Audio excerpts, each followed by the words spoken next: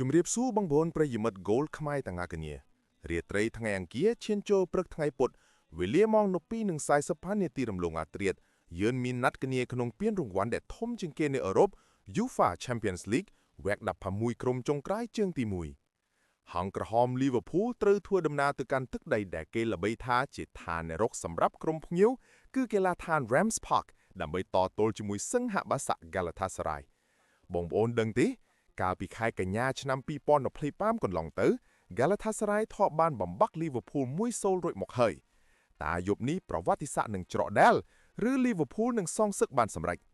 តោះទៅតាមដានការវិភាគស៊ីជម្រៅជាមួយ admin ទាំងអស់គ្នាងាកមកមើលម្ចាស់ផ្ទះ Galatasaray វិញពួកគេបានឡើងមកដល់វគ្គនេះបន្ទាប់ពីយកឈ្នះ Juventus ក្នុងវគ្គ Play-off យ៉ាងរំភើបញាប់ញ័រក្នុងលទ្ធផលសរុប7-5ក្រុមរបស់លោក Okan Baruch កំពុងមានទំនុកចិត្តខ្ពស់បំផុតជាមួយនឹងគោលដៅឈ្នះបនប្រកួតជាប់គ្នាគ្រប់កម្មវិធីចំណុចដែលគួរឲ្យខ្លាចបំផុតរបស់ Galatasaray គឺការលេងក្នុងផ្ទះពួកគេស៊ុតបញ្ចូលទីយ៉ាងហោចណាស់3គ្រាប់ក្នុងការប្រកួតអឺរ៉ុប8លើកចុងក្រោយនៅ Rams Park អាវុធមហាប្រឡ័យរបស់ពួកគេគឺ Victor Osimhen ដែលត្រៀមខ្លួនរួចជាស្រេចដើម្បីកកែដបំការពាររបស់ Liverpool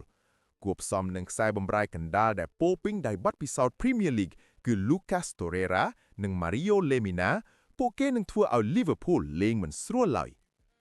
សម្រាប់ក្រុមភ្ញៀវ Liverpool របស់លោក Arne Slot វិញហាក់ដូចជាកំពុងជិះរទេះភ្លើងដែលរលាក់បន្តិចថ្មីនេះពួកគេទើបតែឈ្នះ Wolves 3-1ក្នុង FA Cup ដើម្បីស្រោចស្រង់អារម្មណ៍ក្រោយចាញ់ក្រុមដដែលនេះក្នុង League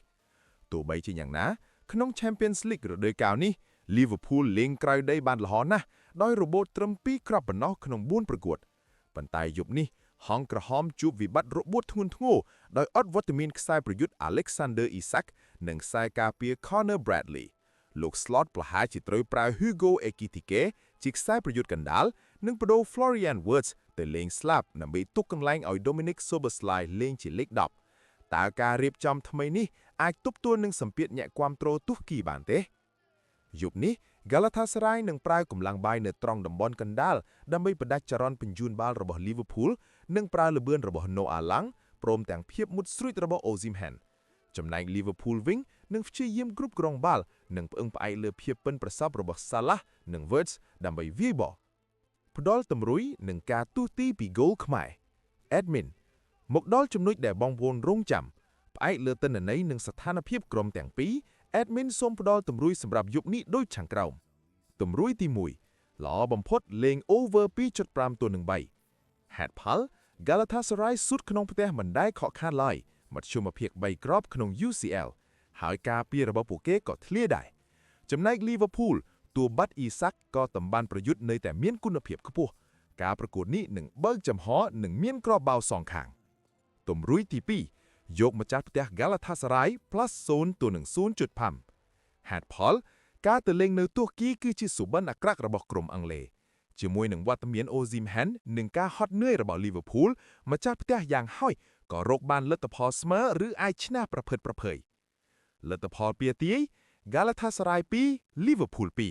2តើបងអូនយល់ស្របនឹងការវិភាគរបស់ admin ដែរឬទេតើ Osimhen អាចបំបីសំណាញ់ទី Alisson បានទេយប់នេះ comment ប្រាប់ admin នៅខាងក្រោមវីដេអូនេះទាំងអស់គ្នា